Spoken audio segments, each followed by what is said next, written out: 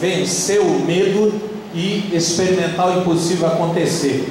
Hoje pela manhã, depois de, sei lá, alguns anos, nós não tivemos nenhum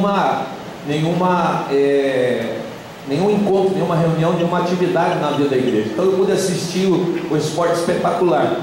E aí teve um repórter lá que foi numa ponte na África do Sul, e ele jogou, sei lá, de uma altura de 216 metros de bungee jumping. Eu acho uma tremenda falta do que fazer, mas tem gente que gosta. E a primeira coisa que ele teve que vencer foi o medo. Por quê? Porque ele não era escalado para o negócio. Quem estava escalado era a repórter. Daí a repórter machucou o joelho. Não dá para se jogar naquele negócio lá com o joelho machucado. Aí, como eles já estavam lá, como a emissora já tinha pago todas as despesas da viagem, alguém tinha que ir no lugar dela. E aí o que aconteceu? Sobrou para ele. E aí você olha ele se jogando de lá com a câmera, você fica admirado com as expressões que ele faz. Todas as expressões foram de medo, muito medo. Mas ele pulou, nunca teve acidente lá, e uma das justificativas para ele aparentemente estar calmo é que nunca tinha acontecido nenhum acidente. E ele falou: não vai ser comigo que vai acontecer. Mas olha só, o medo paralisa muita gente. O medo de repente tem paralisado você. O medo tem paralisado a sua célula. O medo de repente tem paralisado a sua rede de células. O medo talvez esteja paralisando a sua família. O medo esteja paralisando de repente a sua prosperidade financeira, o seu avanço emocional. De repente o medo está paralisando a sua corte. E você fica orando e orando: Deus, onde ele está? Deus, onde ela está? E aí está bem perto, mas você, por causa do medo, você não avança para aquilo que Deus preparou para você. O apóstolo Paulo, ele escreve para a igreja que estava em Tessalônica, primeira carta de Paulo aos Tessalonicenses, e ele fala de um desejo no final do capítulo 2, e mais precisamente no capítulo 3, até o verso 10, ele fala de um desejo de encontrar-se novamente com os irmãos. E ele fala que no final do capítulo 2 ele diz que por 2 vezes ele teve esse desejo, e o que acabou acontecendo é que Satanás o impediu de ir em direção aos irmãos daquela igreja. Mas ele perseverou e ele disse: não, eu quero ir. Mas no meio do caminho, ele percebendo que ainda ia demorar, ele manda Timóteo.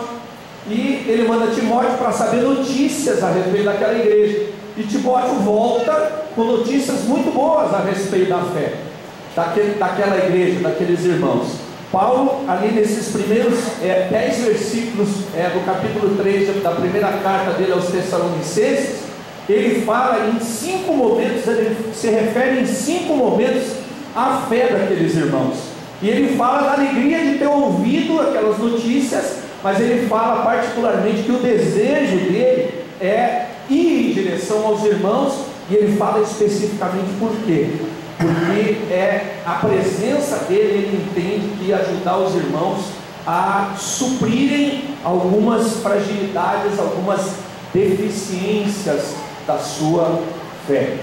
Eu creio que nesses dias de campanha, o Senhor, ele nos fortaleceu na fé, e a maneira dele nos fortalecer na fé também é nos suprindo naquilo que é fragilidade.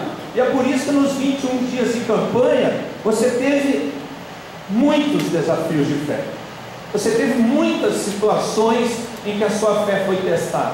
A Rafaela comentou no Emmanuel News que o tempo da campanha estava chegando ao fim. O pai e ela tinham colocado algumas questões, e de repente, até aquele dia, até o final da campanha, perto do final da campanha, nada tinha acontecido. Isso nada mais é do que um desafio de fé, um teste da sua fé, uma prova da sua fé. E esses testes, eles aconteceram e eles vão continuar acontecendo. porque só podemos dizer que vivemos pela fé à medida que somos aprovados nos testes, nós somos aprovados nas provas, nós perseveramos, nós resistimos quando aparentemente nada está acontecendo. Eu entendo que Deus, Ele trabalhou muito no nosso coração sobre essa realidade de que existem algumas deficiências na nossa fé, algumas fragilidades. E creia, se você saiu fortalecido desses 21 dias, algumas dessas deficiências, dessas fragilidades foram trabalhadas por Deus. Olha para o seu irmão e pergunta: irmão, você saiu fortalecido na fé esses 21 dias? Se ele disse sim, então diz assim: algumas das fragilidades da sua fé foram supridas.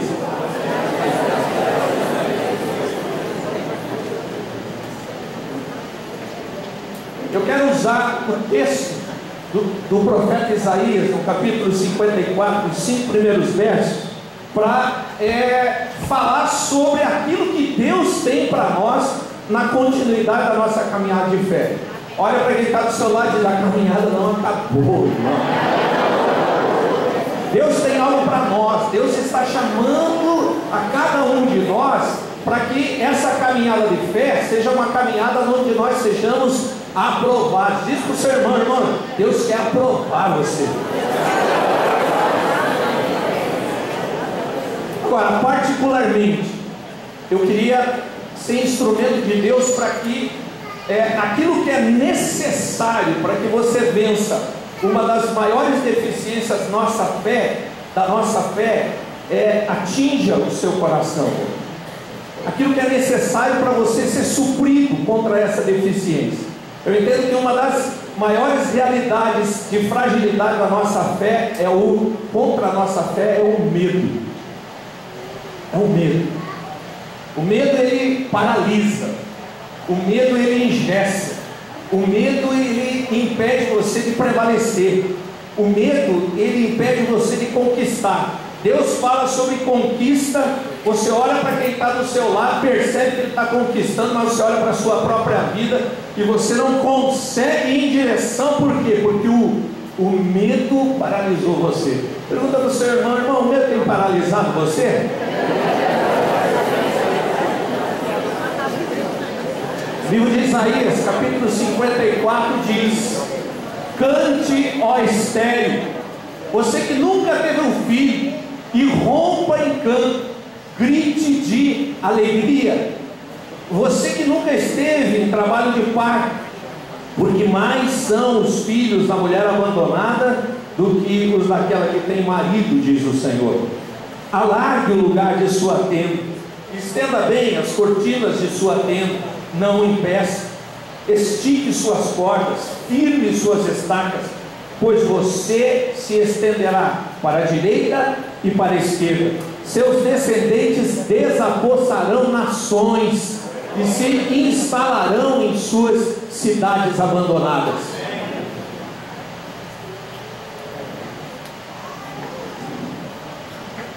Não tenha medo, você não sofrerá vergonha. Não tema o constrangimento, você não será humilhado, você esquecerá a vergonha de sua juventude e não se lembrará mais da humilhação de sua viuvez, pois o seu Criador é o seu marido. O Senhor dos exércitos é o seu nome, o Santo de Israel é o seu Redentor. Ele é chamado o Deus de toda a terra. Aleluia! Agora você vai abrir a sua Bíblia, você vai localizar o livro de Isaías. Isso, abra a sua Bíblia, localiza o livro de Isaías. Aí você vai deixar marcadinho. Se tem alguém do seu lado que não tem Bíblia, compartilha essa Bíblia com ele e põe o dedão bem em cima do capítulo 54, de 1 a 5, e diz: essa palavra é para você, meu irmão.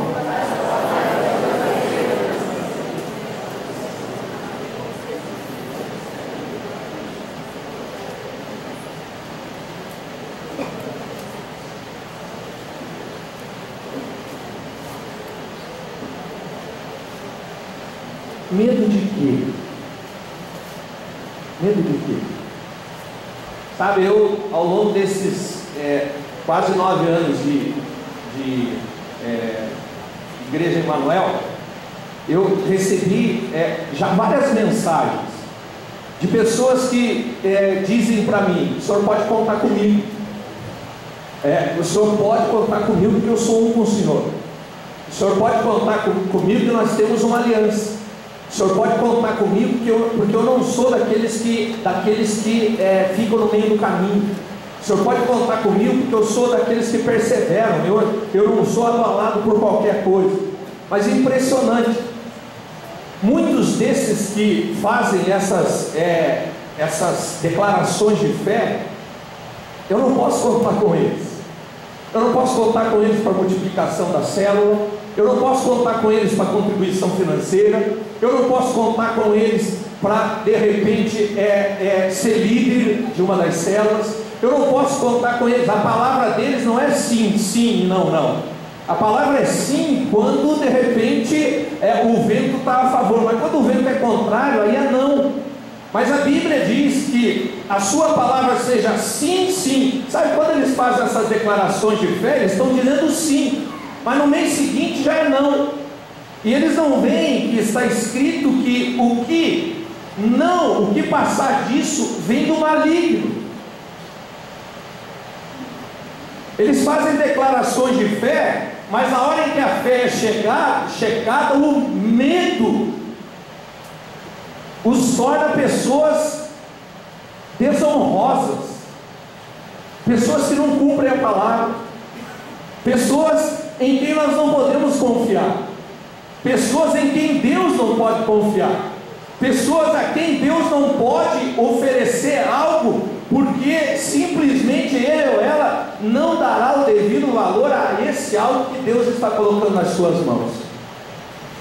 A minha pergunta para você, irmão, é: Deus pode confiar em você? Deus pode confiar no seu sim? Deus pode confiar de que você vai dar a sua palavra hoje e amanhã, quando as circunstâncias forem adversas, quando pessoas virarem as costas para você, quando de repente as suas orações elas não forem respondidas no seu tempo e do jeito que você quer, será que amanhã o seu sim de hoje vai permanecer sim?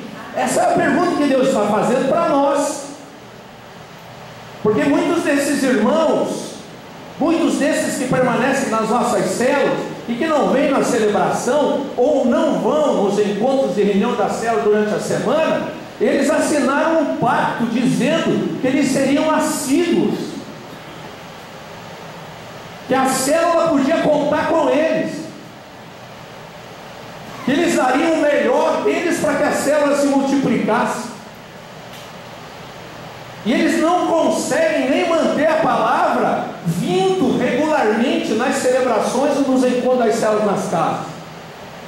Eu fico me perguntando como que Deus vai poder contar com pessoas que numa semana dizem sim e na outra semana dizem não, ou num dia dizem sim e na manhã do outro dia já dizem não.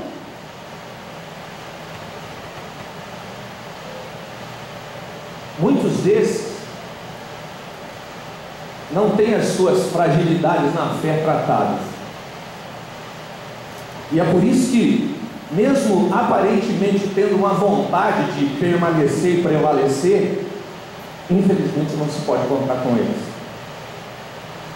Infelizmente, quando vai se fazer uma multiplicação, tem o registro do nome ali, mas não se pode simplesmente dizer que a célula onde ele permanecerá é uma célula que pode contar com ele para o próximo ciclo de multiplicação. Eu queria pensar com você sobre essa realidade do medo. O medo que paralisa, o medo que muitas vezes faz de nós pessoas que não têm palavra, pessoas que não são fiéis àquilo que falam, pessoas que num determinado momento eram confiáveis, mas acabam se tornando pessoas em quem não dá para acreditar no que fala. O medo paralisa muito mais do que nós imaginamos. Eu queria pensar com você em alguns desses medos, 2 deles só. Por exemplo, tenho medo desse raio desse passador de PPT não funcionar. Toda semana eu tenho medo. Toda semana eu tento usá-lo. Então, já que não dá, manda aí, Luiz. Isso. Vai. O medo de viver o impossível. Esse é um dos medos. Sabe, quando Israel ouve essas palavras através do profeta Isaías, eles estavam no cativeiro da Babilônia, e Deus está dizendo para eles que eles iam avançar, que eles iam conquistar, que eles iam crescer como nação, que os filhos deles teriam uma história para contar. E eles olharam para aquela realidade, mas nós não estamos nem na terra em que o Senhor prometeu para nós. Muito pelo contrário, nós estamos aqui nessa terra hoje chamada Babilônia, que não é a nossa terra, porque um dia os nossos ancestrais, eles disseram sim, vamos obedecer, vamos permanecer, e eles não foram confiáveis, e o sim se tornou não. E quando o sim deles se tornou não, Deus não era mais aquele que defendia aquela nação. E eles passaram a se defender na sua própria força. E houve um momento em que o inimigo veio e destruiu praticamente a nação. Quase acabou com a nação. Esse era o quadro. E por causa disso, eles estavam naquela terra. E Deus diz algo para eles, no meio daquele contexto todo contrário. Diz: eu vou fazer de vocês uma grande nação. Sabe, você que é medroso, você que nessa semana está dizendo não, porque essa é a semana de dizer não, talvez a semana que vem seja a semana de você dizer sim, porque você oscila por causa do medo. Mas sabe o que Deus está dizendo para você? Você que não está respondendo, você que não é confiável, você com quem o seu líder não pode contar, Ele diz assim: cante de alegria, porque você vai conquistar. Pelo seu amém, eu deduzo que você está com medo de um impossível acontecer. Por quê? Você olha para você e fala: pastor, não vai sair nada de bom. Não vai nada. É que o senhor não me conhece direito. Meu líder me conhece. Meu líder não conta muito comigo. Por quê? Porque eu só dou para trás. Uma semana eu digo que quero e logo em seguida eu não quero.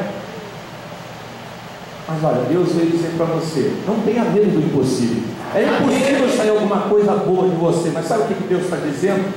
Vai sair em nome de Jesus. O povo de Israel estava no cativeiro. Quem os dominava era muito mais forte do que eles, muito mais violento do que eles, muito mais preparado para a guerra do que eles. E para eles saírem, o normal é eles pensarem: bom, então vamos sair. Então Deus falou, a gente vai sair. Como que a gente vai sair? Se eles são mais fortes, se nós não estamos preparados para a guerra. Então no momento eles ouviram, mas em seguida eles ficaram travados de novo. Por quê? Por causa do medo. Eles olharam para as condições deles e perceberam o seguinte: não, isso que Deus falou não vai acontecer na nossa vida. Por quê? Porque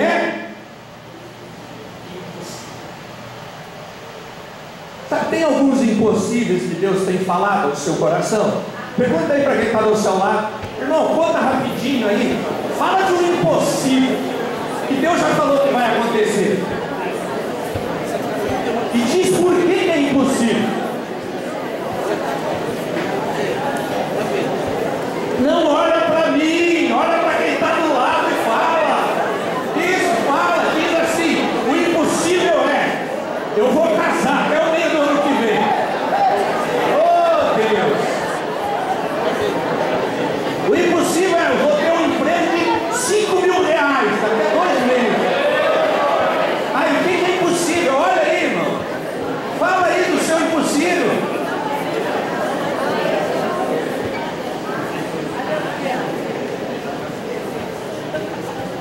O que é impossível pode intimidar você. O que é impossível pode se tornar grande demais diante de você. Por isso que pode te paralisar. Pode simplesmente impedir você de avançar. Agora, tem um outro medo que pode paralisar você. O medo de se frustrar, ou o medo de frustrar outros. Então, olha só, talvez você já tenha crido nesse impossível de várias maneiras. Você já jejuou crendo no impossível, você já orou crendo no impossível, você já vendeu seu carro crendo no impossível, mas não aconteceu. E você pode simplesmente dizer: eu estou com medo, pastor, de me frustrar. Ou Deus, eu estou com medo porque em outras vezes eu acreditei que o Senhor falou, não aconteceu nada. Eu já tentei várias vezes e não deu certo. Ou em outras, cheguei no meio do caminho e simplesmente desisti. Aí o medo de nos frustrarmos ou frustrar os outros provoca uma dor muito grande dentro de nós. E isso acaba simplesmente nos impedindo de vivermos aquilo que Deus preparou para nós. Quem é líder aqui que não multiplicou ainda? Fica em pé, em nome de Jesus. Não multiplicou esse ano, fica em pé, em nome de Jesus. Você não multiplicou esse ano. Falam em multiplicação, você se arrepia. Por quê? Porque a sua célula não multiplicou. E aí você olha para a sua célula hoje e fala: ai meu Deus do céu, mais 3 meses, mas eu não estou vendo condições de multiplicar. E aí você fica com medo de se frustrar. Ué, pastor, medo de me frustrar? Pois é. Então diz para mim, você tem investido naqueles que Deus tem dado para você? Ou você já desistiu deles? Ou você acha que não vai dar mais nada? E você está se precavendo? Não quero mais sofrer. Por quê? Porque eu já investi tanto nele, ou já investi tanto em outras pessoas. A culpa é de quem? De Deus. Lógico que a culpa é de Deus. Se a célula não multiplica, a culpa de quem é? É de Deus. Por quê? Porque você tem dado o seu melhor. Mas será que a culpa é de Deus? Ou será que num determinado momento você deixou de investir porque você não quer se frustrar? Os irmãos vão ficar acusados agora? Tem uns que estão com cara de acusado. Agora olha só, o que Deus está dizendo para você? Quanto tempo falta para o final do ano? Quantos? 2 meses e alguns dias. O que nós vamos orar agora? Todos nós aqui. Vocês não vão orar, não vão ficar quietos. Nós vamos orar para que o impossível aconteça. Então, põe um som aí. E aí nós vamos orar por você. Sabe o que nós vamos fazer? Nós vamos levantar, vamos cercar esses irmãos. Nós vamos orar por eles e vamos declarar: o impossível da multiplicação vai acontecer na vida deles.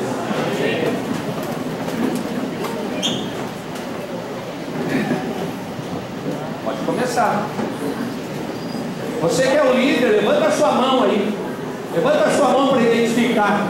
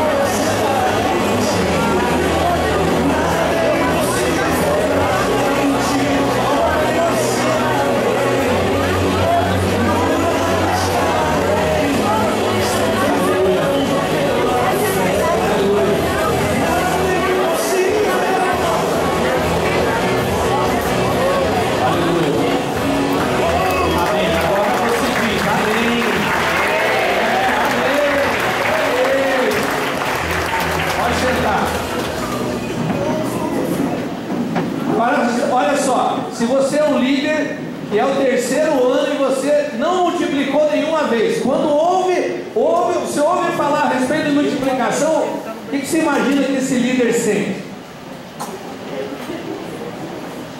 Mais uma vez, mais um ciclo.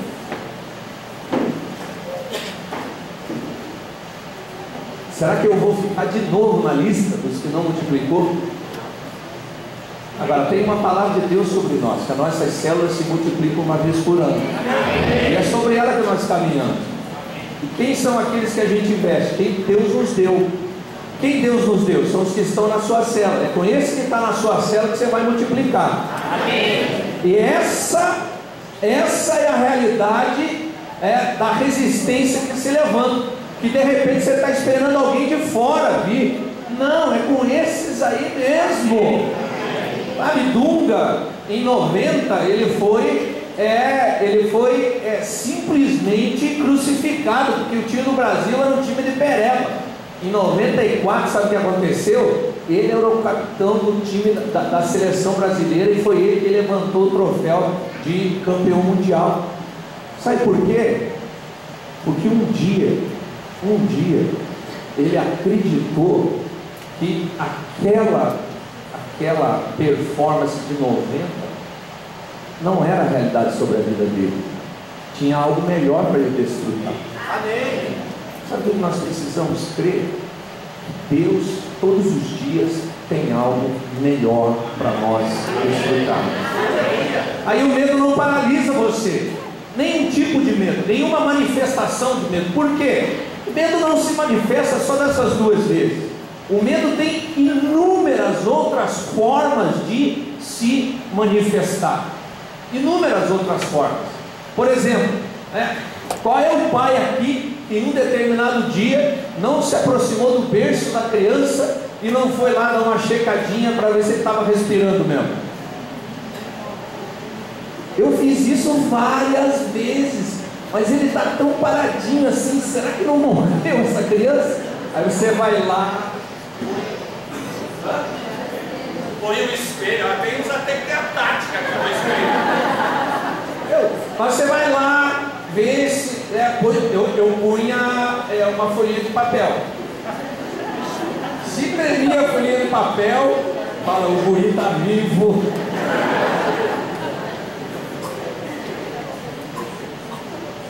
O medo se manifesta de várias maneiras. Essas duas maneiras aí são apenas duas, né? Mas há uma realidade: o medo nos paralisa, ou o medo tem poder para nos paralisar.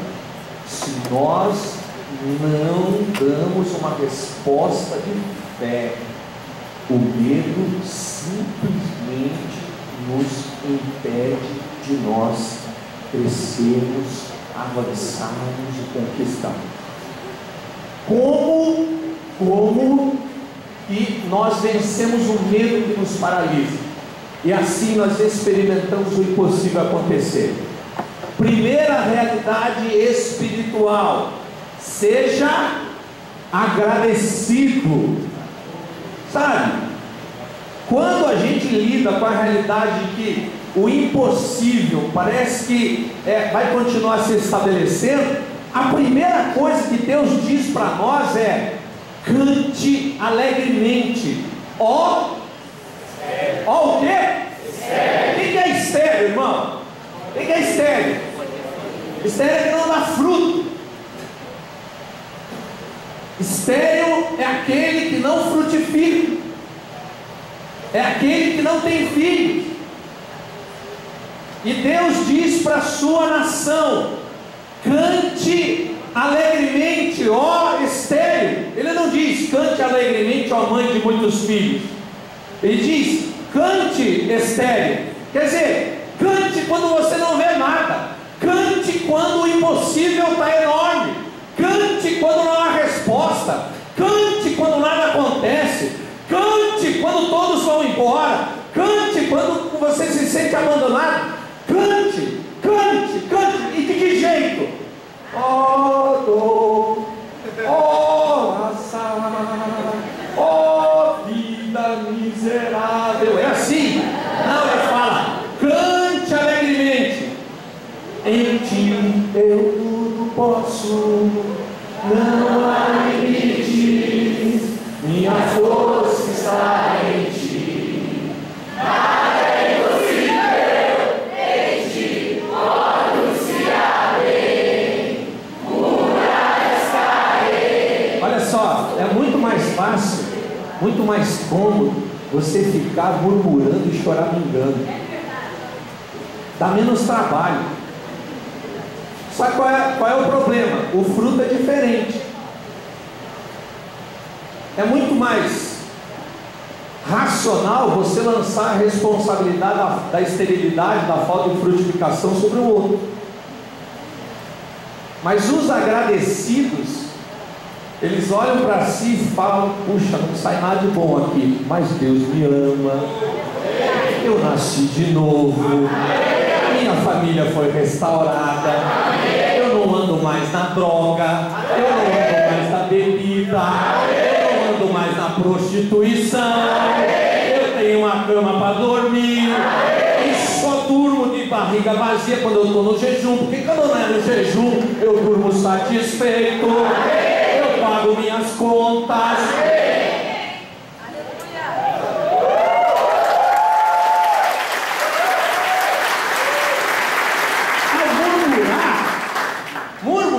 Reclamar, todo mundo faz, todo mundo que é incrédulo. Os que acreditam, eles ouvem Deus dizendo: cante alegremente, ó Israel. Aleluia. Então bota a música aí, bota a música aí. Hoje a pregação vai ficar só num terço.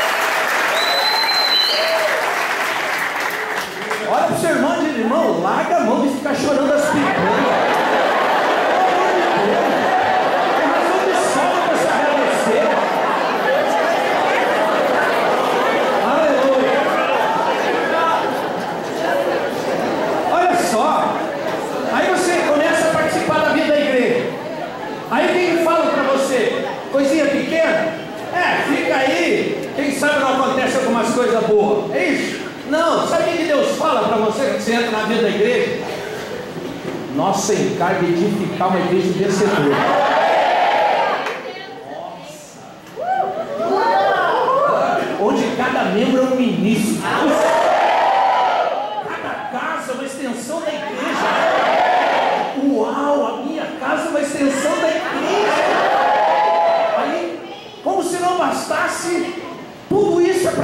conquistar nossa geração para Cristo. E você já estava feliz em ser membro de uma igreja, não andar desvinculado. Aí Deus anuncia todas essas coisas para você. Aí você vai na cela, o que fala? O justo vive pela fé. Coisas impossíveis vão acontecer na sua vida. Coisas grandiosas. Deus restaurar seu casamento. Aleluia! Aí você fica louco. E você começa a acreditar nisso. Nossa, no começo eu achei que era só para o outro, mas não é que é para mim mesmo. Né, Paulo? Paulo, onde é que você estava há 6 meses atrás, Paulo? Nem diga. Paulo estava num lugar ruim demais. Olha a tristeza. Fica de pé aí, Paulo. Olha a tristeza. Olha a elegância.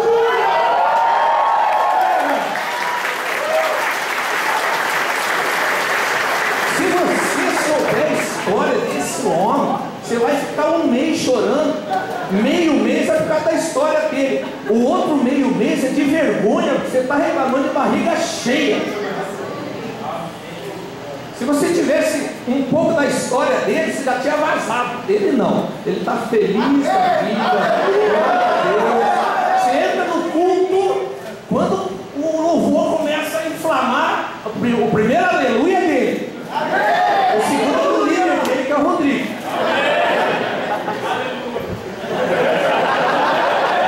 O Douglas é figurinha carimbada. Mas é da mesma região, né? É da mesma unção. Olha, seu irmão disse: irmão, por favor, reconheça a ação de Deus no seu favor. Isso é bom demais. Ele é bom demais. Ele está agindo na sua vida. Fala para ele. Está agindo na sua vida, está guardando você, está alimentando você, está provendo você.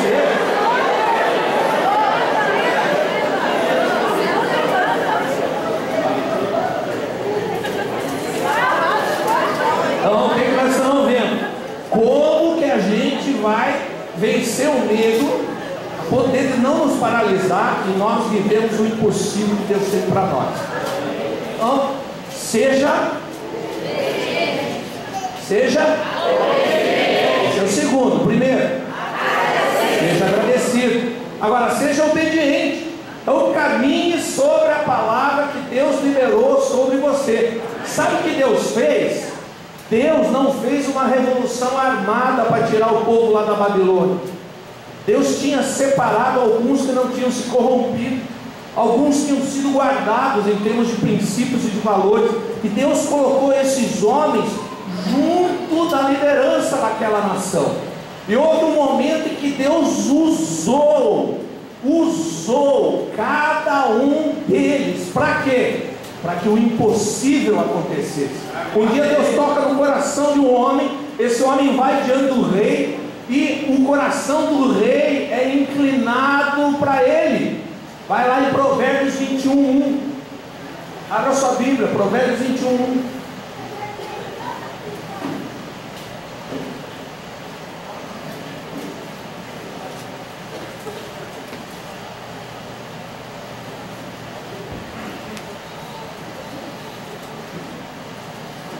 O que está escrito aí?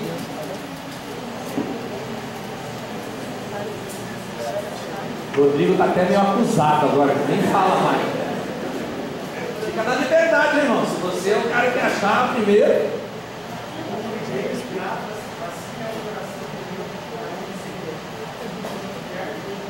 Olha só, olha o que está escrito. Está escrito o seguinte: que o coração do rei é como um rio controlado pelo Senhor. Ele vai para onde o Senhor quer. Amém. E aí isso aconteceu naquele tempo do cativeiro babilônico. Aquela estéril que foi anunciado o impossível sobre ela, ela simplesmente começou a perceber Deus arranjando as coisas para que um dia eles estivessem voltando para a terra que era deles.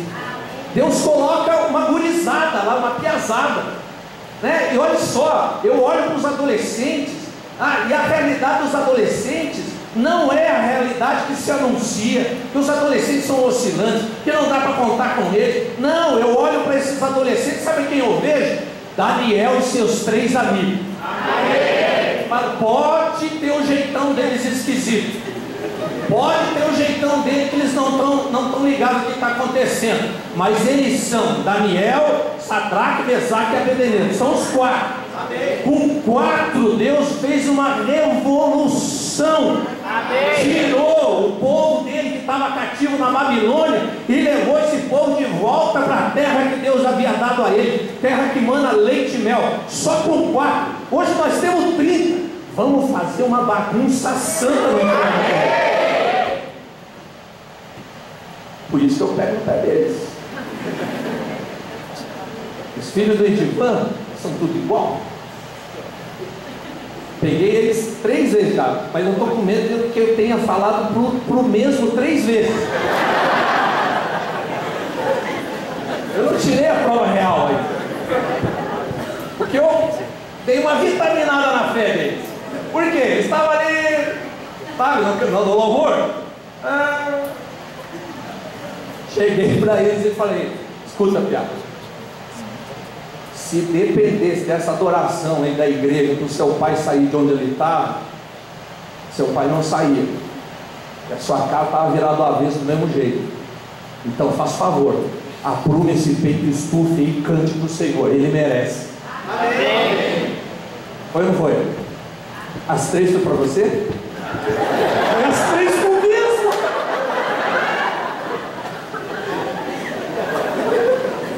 Mas sabe o que ele está fazendo?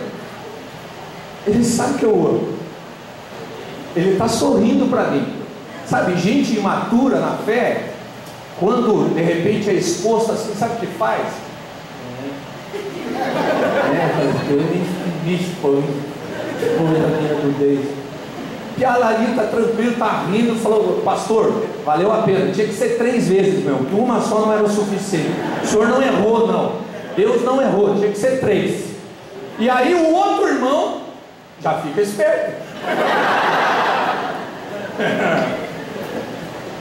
Opa, não precisa ouvir, ele já ouviu 3 vezes.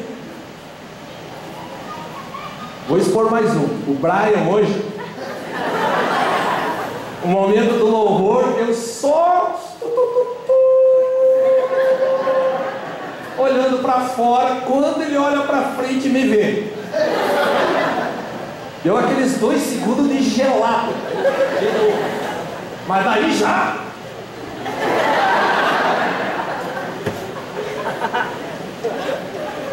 é com essa meninada aí que a nossa nação vai ser tocada pelo Senhor.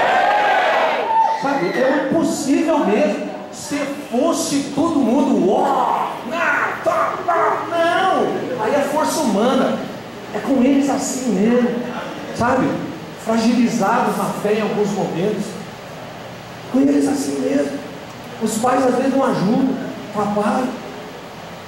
Mas é com esses pais, com esses filhos, que nós vamos viver o impossível. Nós vamos conquistar a nossa geração para Cristo. Amém. Essa é a verdade. Houve um dia que Deus separou esses meninos, esses 4. Houve um dia em que Deus separou 30 adolescentes da Emanuel. Amém. Vai se contar a respeito de vocês. Vocês que fazem parte desses 30, vai se contar um dia uma história a respeito de vocês. Um dia Deus separou 30 meninos. O mundo não dava nada para eles, mas a igreja deu. Amém. E aí, através deles, uma revolução aconteceu. Sabe, foi o que aconteceu. Agora o povo começou a cantar alegremente. O povo começou a se preparar para sair de lá. Infelizmente, muitos não se prepararam e ficaram. Muitos firmaram as suas raízes na Babilônia, mesmo sendo da nação de Israel. Muitos não quiseram sair de lá. Sabe, infelizmente, muitos vão querer continuar vivendo a incredulidade.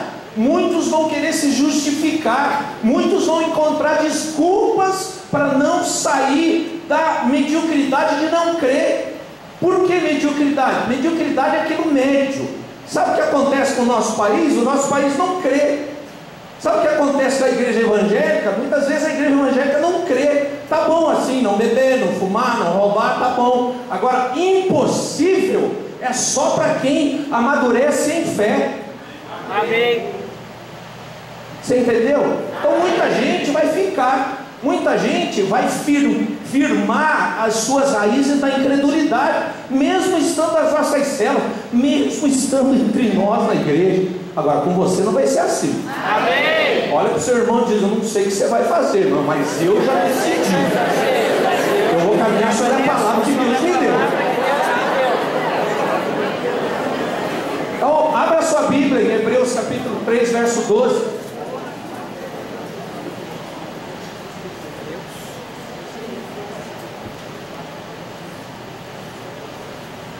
Quem pode ler para nós? Cuidado, irmão.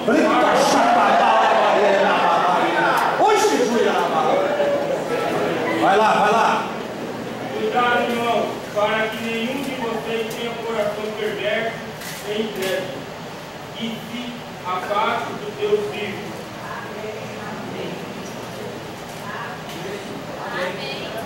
Amém. Sabe o que Deus está dizendo? Cuidado para não ter um perverso coração de credulidade que te afaste do Deus vivo. Veja só, nós cremos que quando nós nascemos de novo, o Espírito Santo faz morada em nós, e isso é eterno, nunca ele vai sair. Amém. O que ele está dizendo não é que o Espírito Santo vai embora, vai para Cancún porque está esgotado de lidar com a gente. Não, o que ele está dizendo é o seguinte: a incredulidade te afasta do Deus vivo. Deus vivo fala, Deus vivo opera, Deus vivo abre os olhos, Deus vivo quebra cadeias. Agora, afastar do Deus vivo é o seguinte: afastar do Deus vivo é você não ter comunhão mais, você não ouvir mais. Você ouve palavras de fé, mas você está tão agarrado na incredulidade que é mais uma palavra comum. Oro por você, impõe a mão por você, unge você, mergulho você no óleo da unção, mas você já se agarrou na incredulidade, o seu coração é perverso já, e daí você não pode obedecer, porque a obediência está ligada diretamente a você crer. Nós não temos obediência cega, nós temos uma obediência sobre uma palavra. É para cantar alegremente, mesmo sendo estéril, nós cantamos. Amém. Por quê? Porque nada é impossível. Amém. Se ele operar, ninguém vai impedir. Amém. Olha, dá para ficar até as 10, mas não vou ficar só mais 10 minutos. Romanos 3, aliás, 4, 20 e 21. Mesmo assim, não duvidou nem foi incrédulo em relação à promessa de Deus, mas foi fortalecido em sua fé e deu glória a Deus. Estando plenamente convencido que Ele era poderoso para cumprir o que havia prometido. Glória a Deus acima. Amém. Olha só, agora você vai falar como o Rodrigo. Não, brincadeira. O que ela acabou de ler? O que ela acabou de ler? Como que começa o versículo? Mesmo assim não duvidou. Quer dizer, ele olhou, tudo impossível, não vai acontecer, mas mesmo assim ele não duvidou, nem foi incrédulo em relação à promessa de Deus. Mas o que? Mas foi o que? Fortalecido. Foi fortalecido na fé e deu Glória a Deus. glória a Deus. Mas por quê?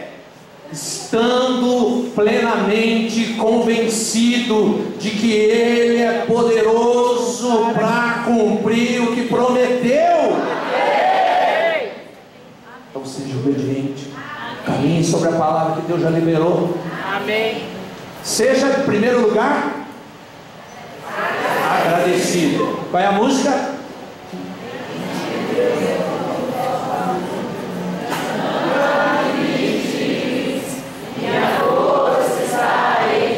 E agora? Nada é impossível. Pronto.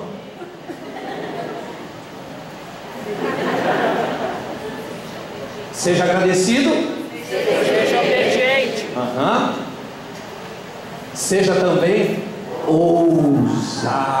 Amém. Aleluia. Vá além do que você está enxergando. Vá além do seu limite. Vá além do do limite que o diabo está determinando.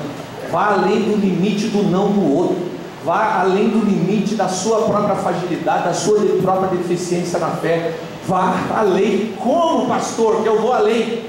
Vá. Por quê? Porque à medida que você for contra isso, você deixa de limitar o poder de Deus na sua vida.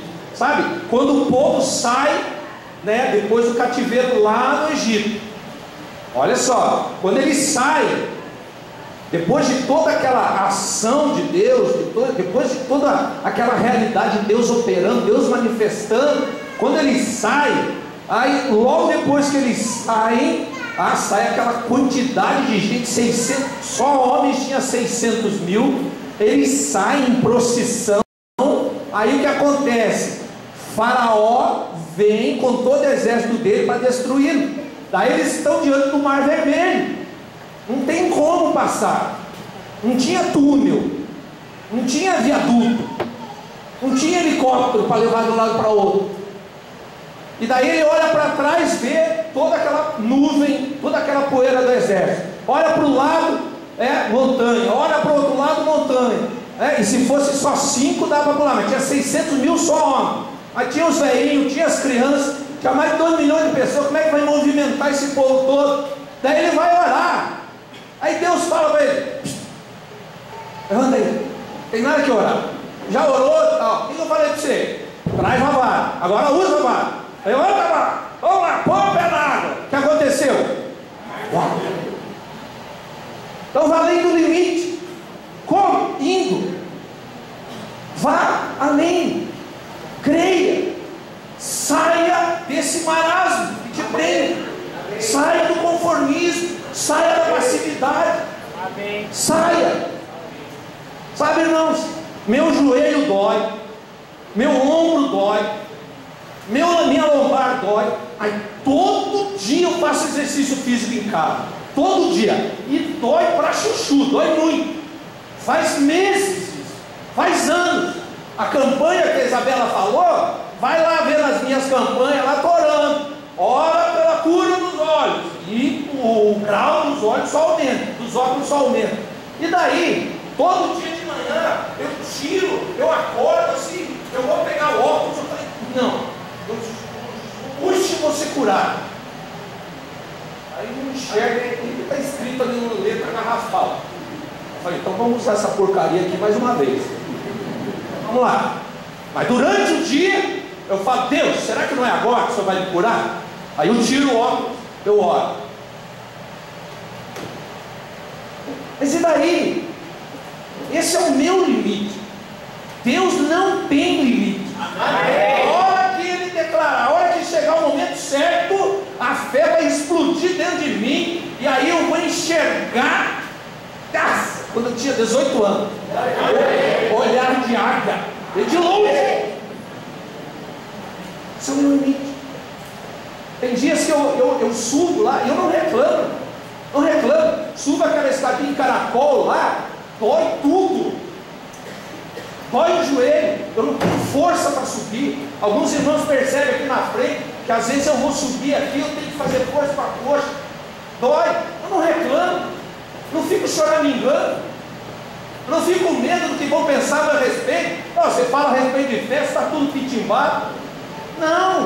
Não reclamo, eu anuncio todos os dias a minha cura, eu falo sobre cura, falo sobre milagre, eu oro por cura, oro por milagre. O meu Deus não tem limite, o seu tem? Aleluia. Então tudo que é limite, para mim é só desafio. Amém. Ah é? Então tá. Está na frente o mar, estendo a vara, piso na água, nossa, abre o mar. Amém. Você pode ficar em pé?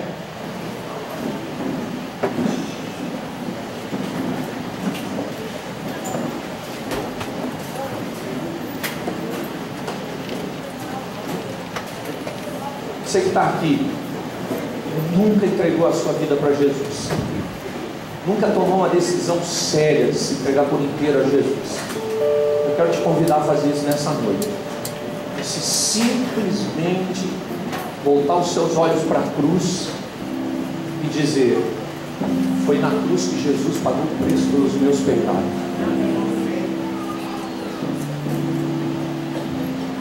Esse é um convite para você nessa noite. Você pode fechar os seus olhos?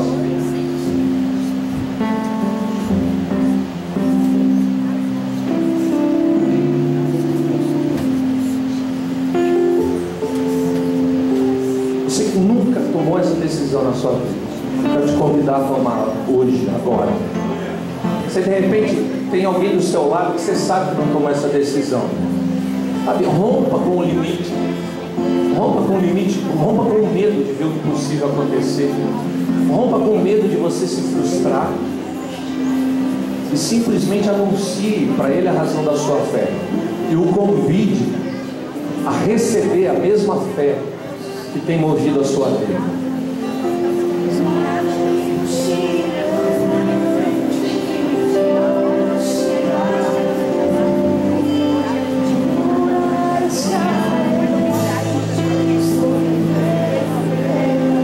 Nós somos um restaurante.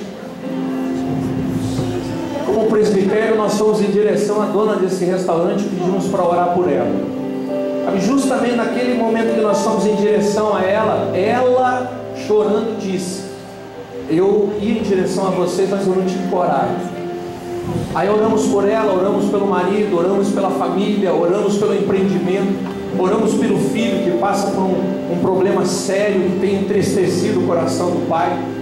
2 dias depois, 24 horas depois, um dia depois, eu liguei para ele, orei de novo por ele. Eu creio